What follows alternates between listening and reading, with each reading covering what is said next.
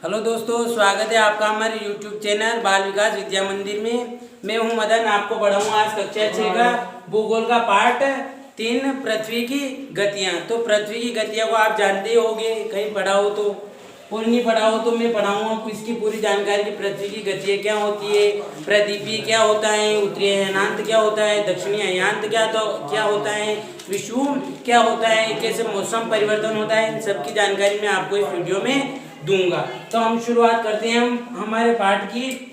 ये है हमारे पृथ्वी की गतियां पाठ है, कक्षा 6 का है, एनसीईआरटी की बुक आती है।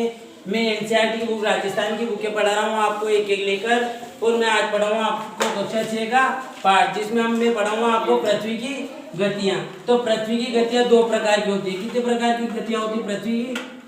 कितने प्रकार की गतियां होती है पृथ्वी? दो प्रकार की गतियां होती है।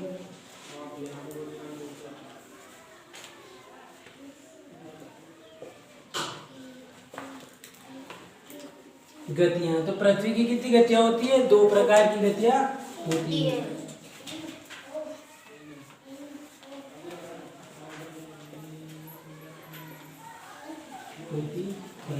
पृथ्वी के आपसे कोई पूछे कि पृथ्वी की कितने प्रकार की गतियां होती है, तो पृथ्वी की दो प्रकार की गतियां होती हैं। ये मैंने यहाँ पे क्या बनाया? पृथ्वी। क्या बनाई? पृथ्वी।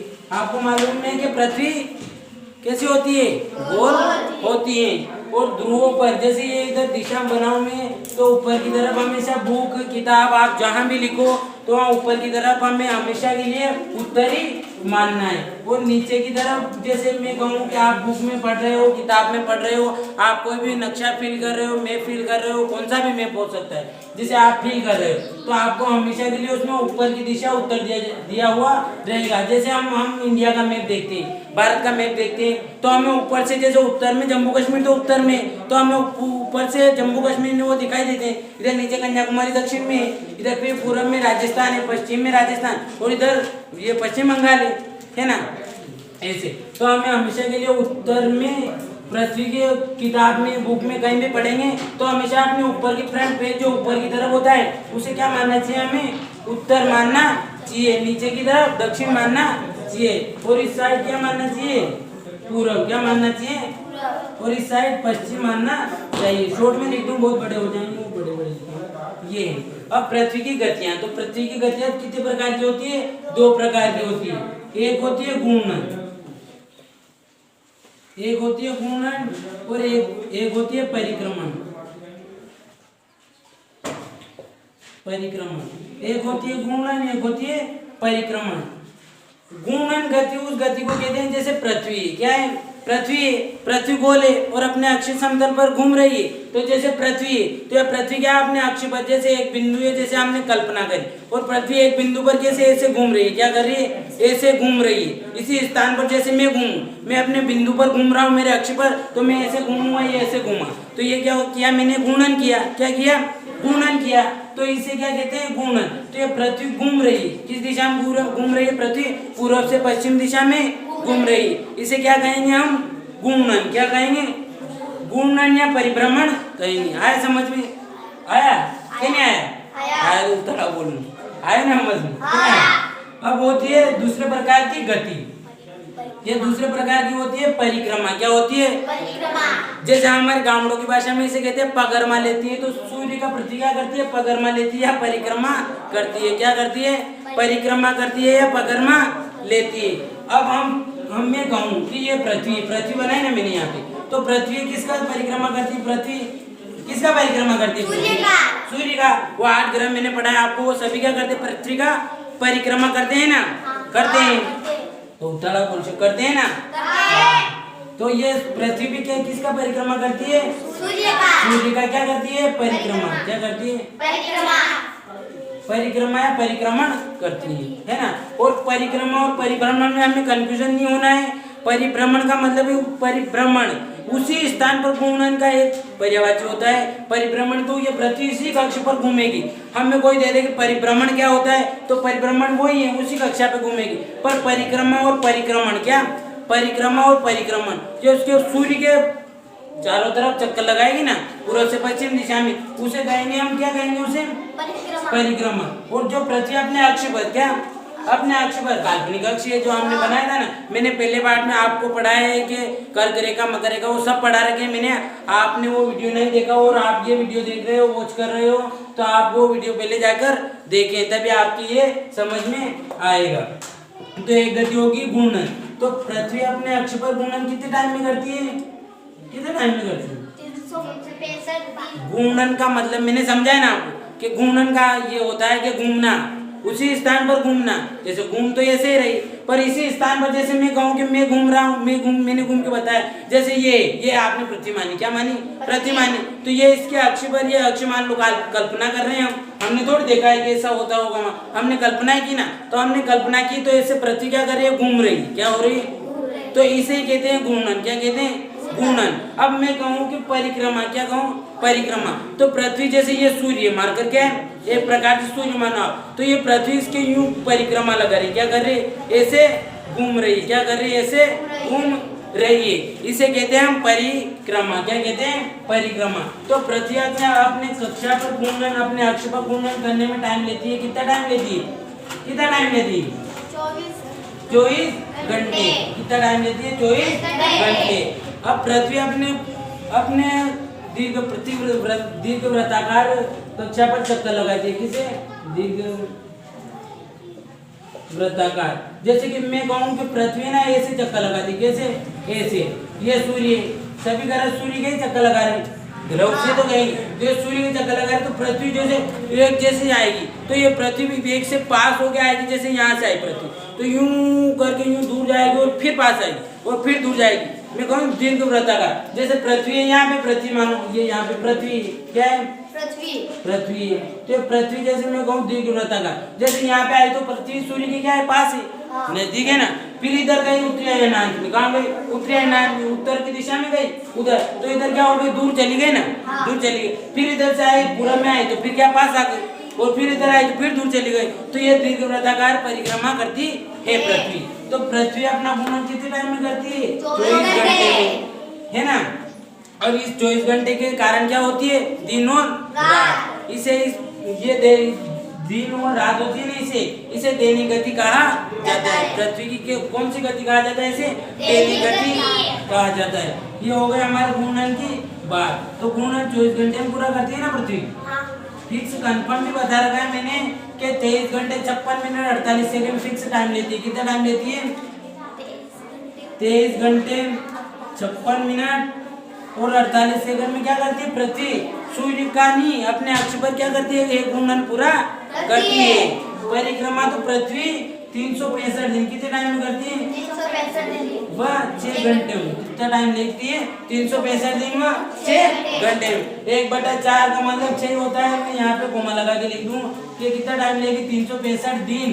कितना? 365 दिन व 6 घंटे में अपना परिक्रमा पूरा करती है। जब परिक्रमा यूं याद नहीं रहे तो जैसे हम कहीं भी मंदिर में जाते, क्या करते हैं? मंदिर में जाते तो हमें घर वाले कहते हैं कि भगवान के या माता जी के जो भी हो हमारे इष्ट देव, हमें कहते हैं कि इसका मंदिर का क्या करो? परिक्रमा लगा लो। क्या बोलते हैं? परिक्रमा लगा लो। तो परिक्रमा का अर्थ यही होता है कि परिक्रमा करना। तो पृथ्वी कितने टाइम में परिक्रमा करती है? 365 दिन में 6 घंटे। यहाँ तक आपके समझ में आ गया होगा। जिसके समझ में नहीं आया वो बताओ। आ गया ना सबके? और आपके समझ में नहीं आया तो आप भी बता देना, कमेंट कर देना। ये हो गई इसकी बात। अब बताता हूँ मैं आपको पृथ्वी। ये यहाँ तक तो समझ में आ गया ना आपके सब? इसका स्क्रीनशॉट भी ले लेना, आप लेना चाहो तो। ये पृथ्वी है, जैसे दीर्घवृत्ताकार में पृथ्वी परिक्रमा करती है। सूर्य किसका परिक्रमा करती है? सूर्य का परिक्रमा करती है। हमेशा हमें ऊपर की तरफ उत्तर मानना चाहिए, नीचे की तरफ दक्षिण, और हमारे राइट हैंड की तरफ पूर्व मानना चाहिए, और लेफ्ट हैंड की तरफ पश्चिम मानना चाहिए, है ना। मिटा दो इसको। ठीक है।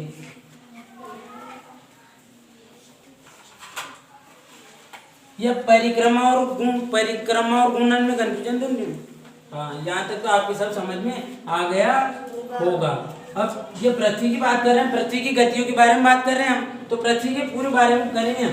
तो मैंने आपको बताया था कि पृथ्वी पर काल्पनिक रेखा खींची हुई होती है, इसे देखा होगा आपने कभी तो। और आपने नहीं देखा हो तो हमने एक वीडियो बना रखा है अक्षांतर और देशांतर देखा होगा, और आपको वीडियो जाके जरूर वॉच करिए, जाके देखिए।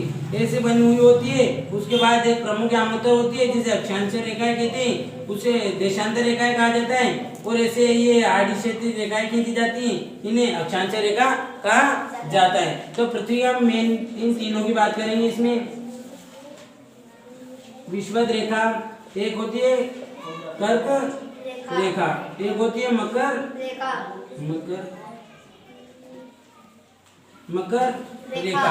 अब होती है इसे अटलांटिक रेखा और आर्कटिक रेखा। तो हम इतने डीपली नहीं जाएंगे, है ना, यहाँ तक पढ़ाने की कोशिश करूंगा।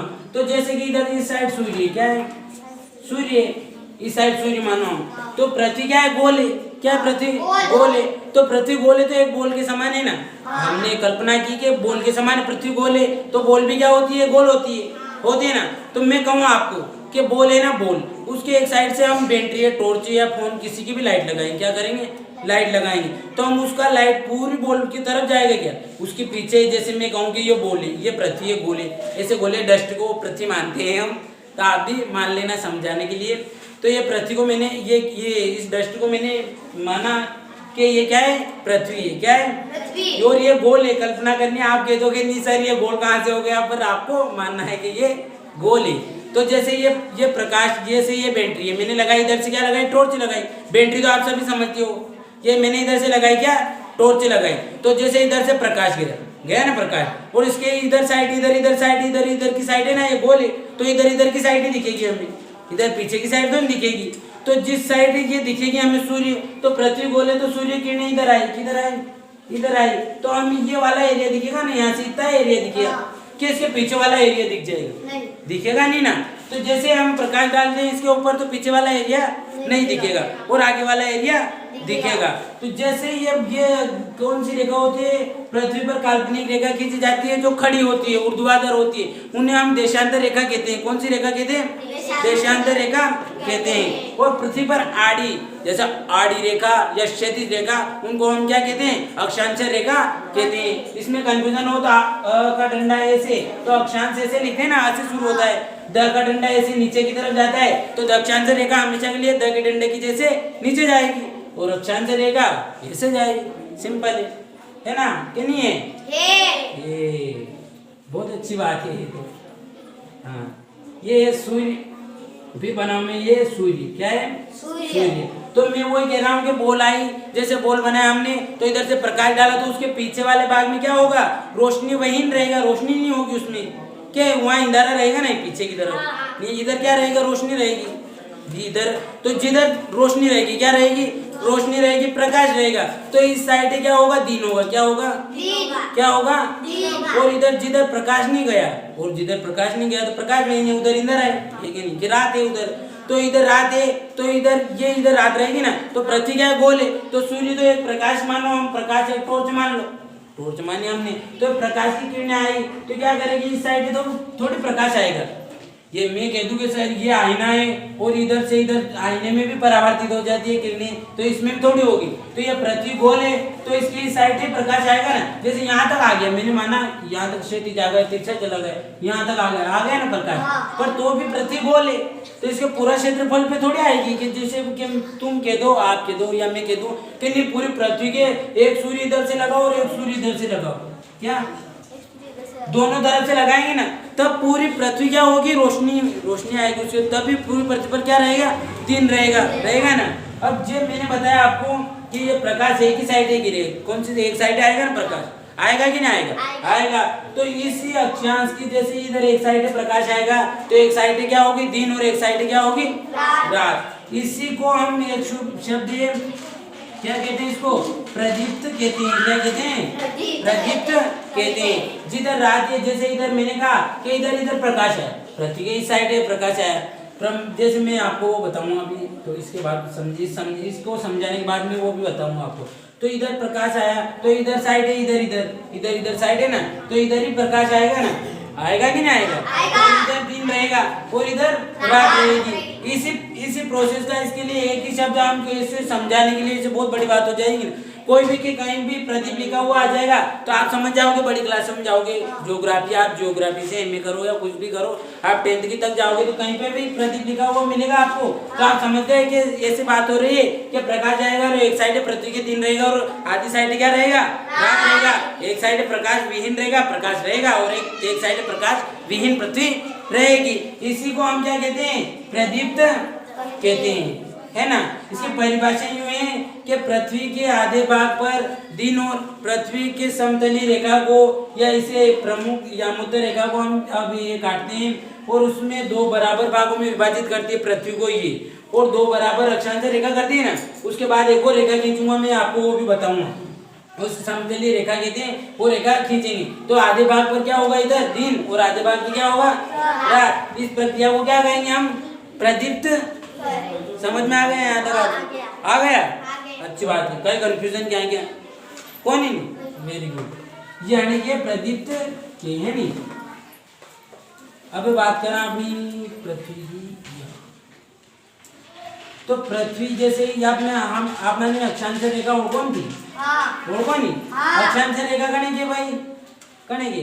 अक्षांश रेखा उन रेखाओं को कहा जाता है जो पृथ्वी पर ऊर्ध्वाधर खींची जाती है या खड़ी रेखाएं खींची जाती है, उसे अक्षांश रेखा कहा जाता है। आए समझ में। तो अब ये पृथ्वी क्या है, इसके कक्ष पर 4.5 डिग्री झुकी हुई है। कितनी झुकी हुई है, 4.5 डिग्री झुकी हुई है। ये से होती है अक्षांश रेखा के ध्रुवों की तरफ जाएंगे तो क्या होगी, घटेगी, क्या होगी, घटेगी, और इधर भी ध्रुवों की तरफ जाएंगे तो घटेगी, और बीच में विषुवत रेखा के पास जाएंगे तो अक्षांश रेखाओं की साइज क्या होगी, बढ़ेगी। आया समझ में, कि नहीं आया? चित्र अच्छा नहीं बना है, चित्र अच्छा बना है।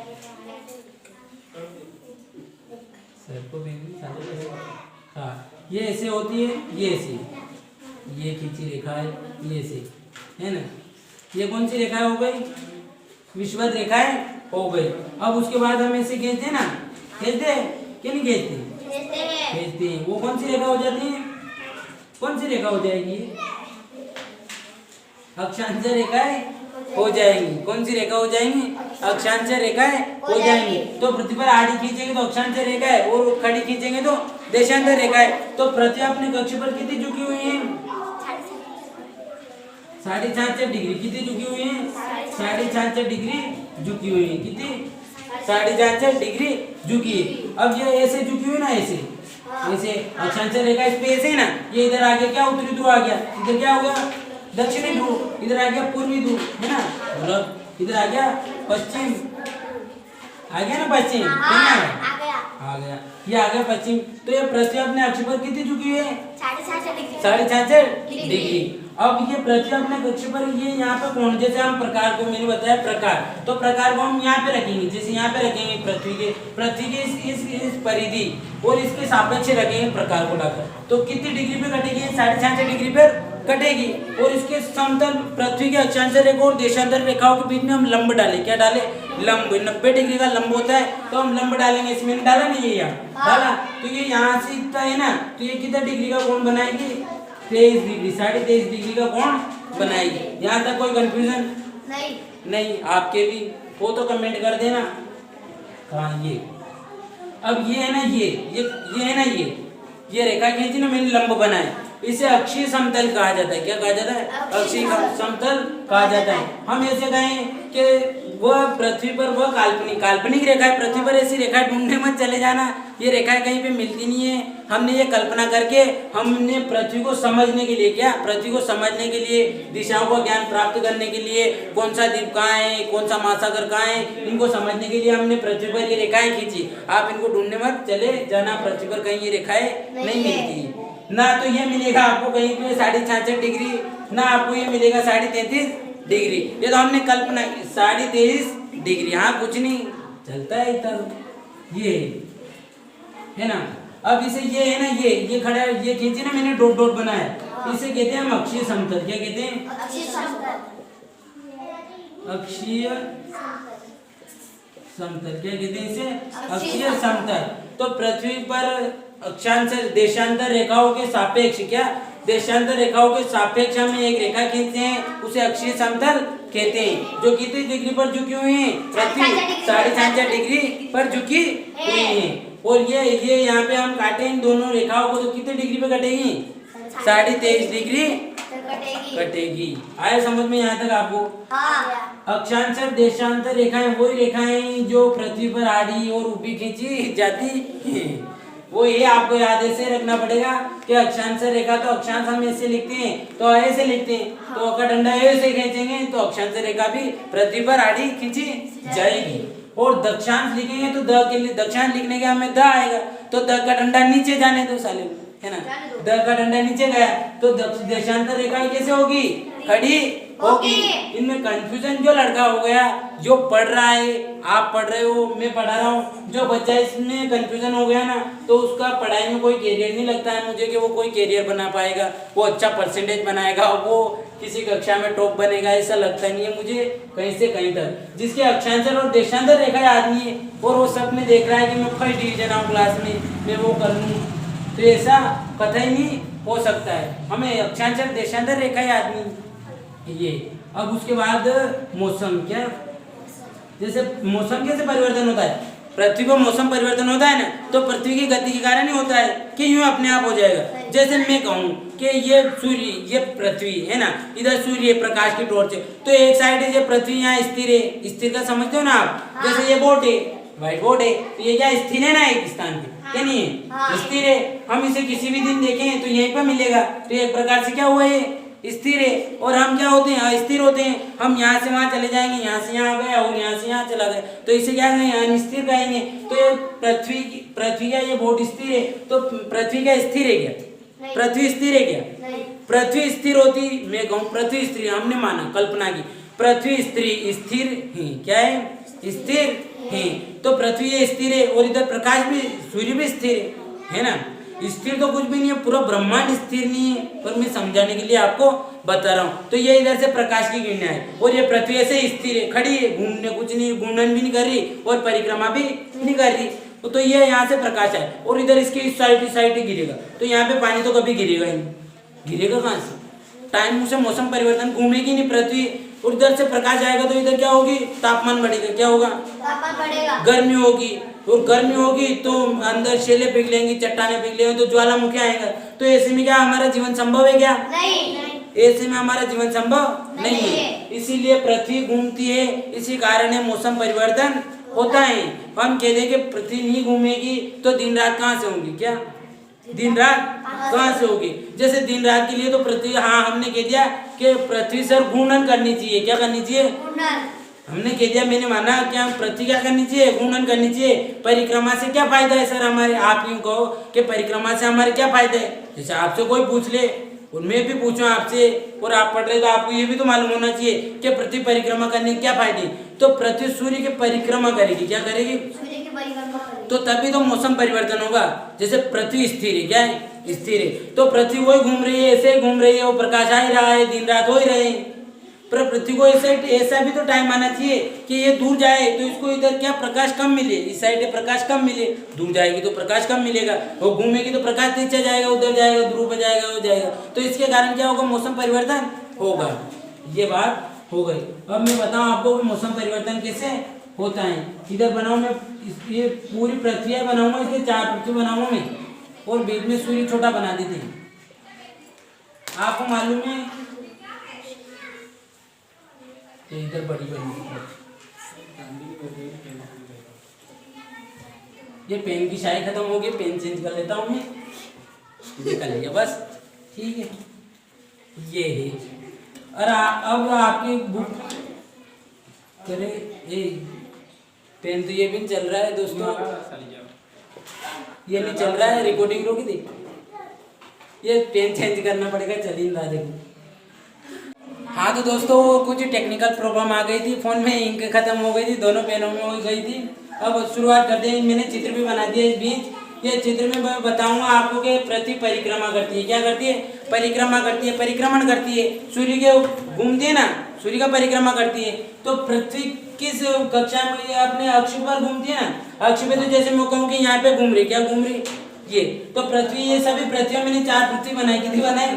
4 बने। पृथ्वी कितनी है? 4 नहीं है, एक ही है पृथ्वी। कहाँ 4 आ गई पृथ्वी? पृथ्वी कितनी होती है? एक ही होती है। ये तो मैंने आपको समझाने के लिए क्या पृथ्वी को 4 पृथ्वियाँ बनाई। ये क्यों बनाई मैंने कि जैसे हमारा मौसम है ना, मौसम ऋतु है, ऋतु तो ऋतुओं को 4 ऋतुओं में बांटा जाता है। एक तो बसंत ऋतु में, शरद ऋतु में, ग्रीष्म ऋतु में और शीत ऋतु में बांटा जाता है। ये तो पृथ्वी अपने कक्ष पर क्यों घूमेगी? तो उसे तो हम कहते हैं अक्ष। क्या कहते हैं? अक्ष। क्या कहेंगे? अक्ष पर क्या करती है पृथ्वी? घूर्णन करती है। क्या करती है? घूर्णन करती है। और पृथ्वी अपनी कक्षीय समतल, जैसे ये यहाँ से मैंने ये बनाया ना, ये एरो बनाया ना ऐसे, तो पृथ्वी यहाँ से चली, यूं घूम के यहाँ आने में से टाइम लगता है 365 दिन, है ना? 6 घंटे 1/4 ये टाइम लेती है। अब बात करें हम कि मौसम कैसे परिवर्तन होता है ना? तो ये रेखा तो आपको याद है, अक्षांश रेखा खींची हुई मैंने। एक पे लिख दूं मैं, कहाँ दिया? यहाँ लिख दूं, लिखोगे रेनू? देखिए अच्छी बात है यार। ये मुख्य बांटी गई है, जैसे मैं कहूँ एक तो बीच की होती है विषुवत रेखा। कौन सी होती है? विषुवत रेखा। एक होती है कर्क रेखा। कब? हिंदी वर्णमाला में क ऊपर आता है, तो कर्क रेखा कहाँ आएगी? विषुवत रेखा के ऊपर आएगी। और म हिंदी वर्णमाला में नीचे आए, म नीचे आता है ना, क से तो नीचे आएगा, तो ये कर्क रेखा कहाँ आएगी? नीचे आएगी। ये मकर रेखा कहाँ आएगी? नीचे आएगी। मकर रेखा कहाँ आएगी? नीचे आएगी। उसके बाद ऊपर होती है आर्कटिक रेखा और नीचे होती है अटलांटिक रेखा। और उसके बाद होता है उत्तरी ध्रुव और एक होता है दक्षिणी ध्रुव। सिंपल है ना? सरल है। कितना सरल है, यूं उंगलियों में याद है ना? ये है, तो ये सभी मैंने बना रखे ना, तो ये इनमें विषुवत रेखा है, कर्क रेखा है, मकर रेखा। ये डंडे खींच रखे मैंने अक्षांश रेखा हो गए। ये आड़ी रेखा होती है जो पृथ्वी पर काल्पनिक रेखा खींची जाती है, जिसे अक्षांश रेखा कहा जाता है। अक्षांश रेखा की परिभाषा बताऊं मैं आपको, तो अक्षांश रेखा उन रेखाओं को कहा जाता है जो पृथ्वी पर काल्पनिक रेखाएं खींची जाती है, जो आड़ी या क्षैतिज खींची जाती है, उन्हें अक्षांश रेखा कहा जाता है। इसे याद रखने का एक तरीका है कि अगर डंडा ऐसे चलता है तो अक्षांश रेखा भी ऐसे चलेगी। अब बात करते हैं हम पृथ्वी के मौसम परिवर्तन। तो पृथ्वी में कितने ऋतुओं में बांटा गया है? पृथ्वी को कितने? 4 ऋतुओं में बांटा गया है। कितनी ऋतुओं में? 4। अब आते हैं ऊपर, जैसे पृथ्वी उत्तरी ध्रुव ने दक्षिणी ध्रुव है। जैसे मैंने आपको पृथ्वी बताया ना, तो पृथ्वी बताया, तो पृथ्वी क्या है? गोल है। तो पृथ्वी पर एक टाइम पे आधे भाग पर रोशनी प्राप्त होती है ना, और आधे भाग को नहीं होती है। तो जैसे ये उत्तरी ध्रुव है ना, और ये दक्षिणी ध्रुव है ना, उत्तरी ध्रुव ना दक्षिणी ध्रुव। तो अब वो इधर होगी बसंत ऋतु। क्या होगी? ऋतु। और इसके नीचे होगी शरद ऋतु। क्या होगी? शरद ऋतु। अब एक और इसमें तारीख भी दे रखी है, वो भी बताऊंगा मैं आपको ठीक से कि कैसे याद करें उसको सरल से सरल। अब इधर होगी शीत, इधर होगी ग्रीष्म ऋतु। कौन सी होगी? ग्रीष्म ऋतु। इधर कौन सी होगी फिर? ग्रीष्म का उल्टा कौन सा होगा? गर्मी का उल्टा क्या होता है? ठंडा। गर्म का ठंडा। तो वर्षा का तो नहीं होता, वर्षा ऋतु को नहीं मानते इसमें। पर जैसे गर्मी का होता है ठंडा, तो ग्रीष्म का होता है शीत ऋतु। देख, वो जैसे वो विलोम शब्द कहते हैं ना, हमके दिन का रात और रात की दिन, काला का गोरा, सफेद का काला, इसे कहते हैं ना, वो इसका विलोम शब्द होता है। अब आगे इधर भी शरद ऋतु, ऐसे इधर ऊपर होगी शरद ऋतु। कौन सी होगी? शरद ऋतु। सबके पीछे लिखूंगा मैं, कहाँ लिखता फिर लिखता? बसंत ऋतु। अब इसके जैसे कि ये भी इसका विलोम है और ये भी इसका विलोम है। जैसे मैं कहूँगी इसके ऊपर साइड जैसे उत्तरी ध्रुव था, तो उधर क्या कौन सी ऋतु थी? अब इधर क्या थी? बसंत ऋतु थी ऊपर की साइड। तो इसका विलोम है, तो इधर कौन सी रहेगी? शरद ऋतु रहेगी ना, नहीं रहेगी? इसका विलोम मैंने नीचे दक्षिणी गोलार्ध समझा कि जैसे कि पृथ्वी है आधी है ना, तो ऊपर का आधा भाग विषुवत रेखा है ना, इससे आधा भाग ये ऊपर का ये विषुवत रेखा है ना यहाँ पे, इससे आधा भाग ऊपर का उत्तरी गोलार्ध हुआ। क्या हुआ? उत्तरी गोलार्ध हुआ। और नीचे का भाग क्या हुआ? दक्षिणी गोलार्ध हुआ। और पूर्वी गोलार्ध और पश्चिम गोलार्ध को हम कहते नहीं है, क्योंकि मुख्य रेखा कौन सी मानते हैं हम? उत्तरी ध्रुव और दक्षिणी ध्रुव, और पश्चिमी ध्रुव और पूर्वी ध्रुव, पर मुख्य रेखा उनको मानते हैं उत्तरी ध्रुव या उत्तर दिशाओं से। तो हम सभी दिशाओं की जानकारी प्राप्त करते हैं। तो जो हमारे सबसे बड़े है ना, ये ये उत्तर दिए हैं हमारे सबसे बड़े उत्तर दिशा। तो उत्तर दिशा से हमने सब दिशाओं को का ज्ञान किया है, इसीलिए हम मुख्य से मानना पड़ता है, कहीं भी जाओ तो इसे मानना पड़ेगा आपको, है ना। इधर इसका अब इसका इधर विलोम शब्द बना है, या इसका पॉजिटिव बना है, पॉजिटिव होता है ना, ये इसका नेगेटिव उसका पॉजिटिव, तो ये इसका पॉजिटिव होगा तो इधर ग्रीष्म ऋतु उत्तरी गोलार्ध में थी, तो इधर कौन सी ऋतु होगी उत्तरी गोलार्ध में, कौन सी होगी, अरे बताओ ना, शीत ऋतु होगी। और इधर दक्षिण गोलार्ध में कौन सी होगी, ग्रीष्म ऋतु होगी। क्या बोलते नहीं, ग्रीष्म ऋतु होगी, है ना। अब आप इनको याद रखना है कि किस टाइम पे कहाँ दिन बड़े रहेंगे, कहाँ कहाँ दिन समान रहेंगे। जैसे अब में आप याद कर लेना 21 याद करना, आप ऐसे कि तारीख है इनकी 21 क्या याद करोगे, 21 और 22-23 क्या याद करोगे आप कि 21 22 23 कैसे याद करोगे, 21 22 23। अब एक और इसका ऐसे मैंने बनाया कि JDMC ऐसे याद रख सकते हो आप, JDMC क्या याद रख सकते हो, क्या याद रखोगे आप, JDMC। कहाँ लिखा मैंने वो तारीख, ये है, ये तारीख है ना। क्या था यहाँ पे, सीधा ना सी, तो जे का मतलब हो जाएगा यहाँ पे 21 जून, क्या हो जाएगा 21 जून, क्या हो जाएगा 21 जून। अब डी का मतलब यहाँ हो जाएगा 22, क्या होगा डी से, क्या डी से कौन सी मीनिंग बनती है महीनों की, दिसंबर बनती है, नहीं बनती क्या, और बनती है कोई, नहीं बनती है, बनती होगी तो बताओ क्यों बनती है, बताओ बताओ सोचो, नहीं बनती 22 लिखा था ना इधर, हाँ दिसंबर है ना। अब ऊपर एम लिखा है तो एम का 21 क्या होगा, एम का मार्च से मीनिंग स्टार्ट होती है ना, एम की होती है। उसके बाद क्या लिखा था मैंने 23, ये लिखा 23, इधर क्या लिखा था, सी लिखा था, सी का अर्थ क्या होता है इधर, सितंबर, क्या होगा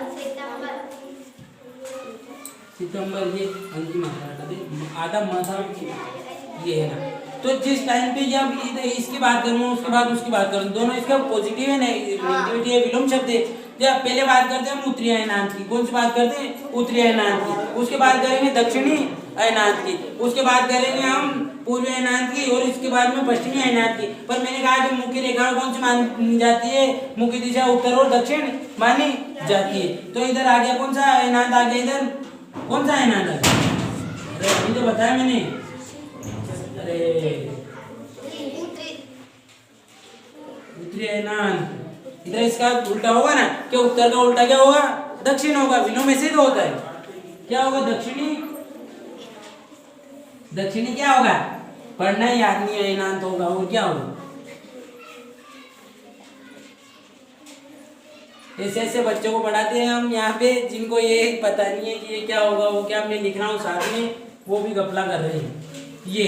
तो हम बात करते हैं उत्तरी अयनांत की। तो 21 जून को जब सूर्य की किरणें इधर से आएगी तो प्रति 66.5 डिग्री क्या हुई, झुकी हुई, तो प्रति 66.5 झुकी हुई है, तो ऊपर कौन सी रेखा लिखी मैंने, कर्क रेखा लिखी, कर्क रेखा लिखी ना, तो पृथ्वी ऐसे झुकी हुई है, तो प्रकाश कौन सी रेखा पर गिरेगा, कर्क रेखा पर गिरेगा, किस रेखा पर गिरेगा, कौन सी रेखा पर गिरेगा, कर्क रेखा पर, आया समझ में आ गया।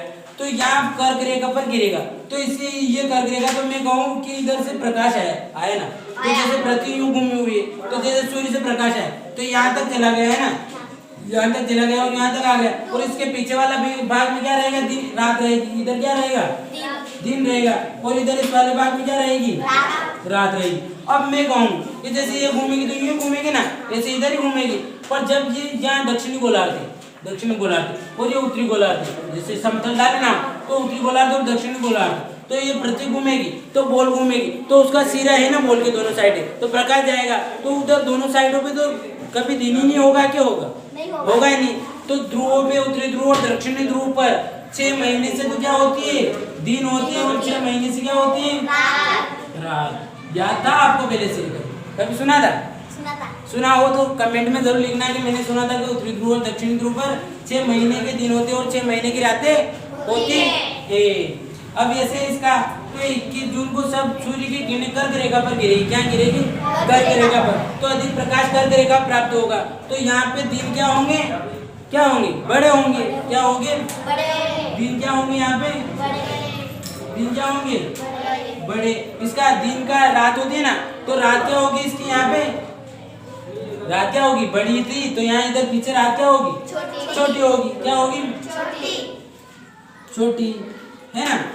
ये जैसे इसका विलोम में दिन का रात होता है, तो यहाँ बड़ी है, तो यहाँ कौन सी होगी, छोटी होगी। अब ग्रीष्म ऋतु है, तो यहाँ पे ग्रीष्म ऋतु है, तो इधर जैसे कर्क रेखा है ना, मकर रेखा, कर्क रेखा इधर ने, कर्क रेखा नीचे मकर रेखा है, तो मकर रेखा पे जो भी देश है, कोई भी देश है, ऑस्ट्रेलिया है, ऑस्ट्रेलिया पे जैसे हमारे यहाँ पे शीत ऋतु होगी, तो वहाँ पे ग्रीष्म ऋतु होगी।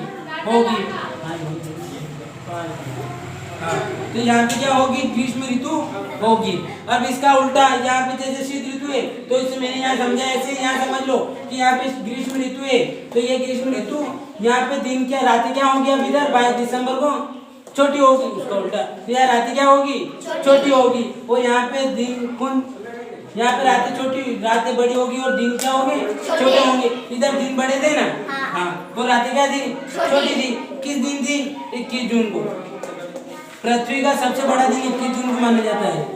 सबसे बड़ा दिन मतलब ज्यादा टाइम का दिन होता है, और सबसे छोटी रात यहाँ पे 21 जून की होगी, इधर मकर रेखा पर, और कर्क रेखा पर ज्यादा टाइम होगा। इसका उल्टा मैंने कहा कि शीत ऋतु की जगह इधर ग्रीष्म था, तो इधर कौन सी ऋतु हो जाएगी, शीत ऋतु हो जाएगी, और इधर ग्रीष्म ऋतु हो जाएगी। तो इसकी अपेक्षा यहाँ सूर्य की किरणें कहाँ पड़ेगी, मकर रेखा पर गिरेगी। कहाँ गिरेगी, मकर रेखा पर, है ना, मकर रेखा पे गिरेगी ना, यहाँ से आएगी, तो यहाँ पे क्या होगा, इधर मकर रेखा को ज्यादा रोशनी प्राप्त होगी ना, तो ये प्राप्त होगी, है ना।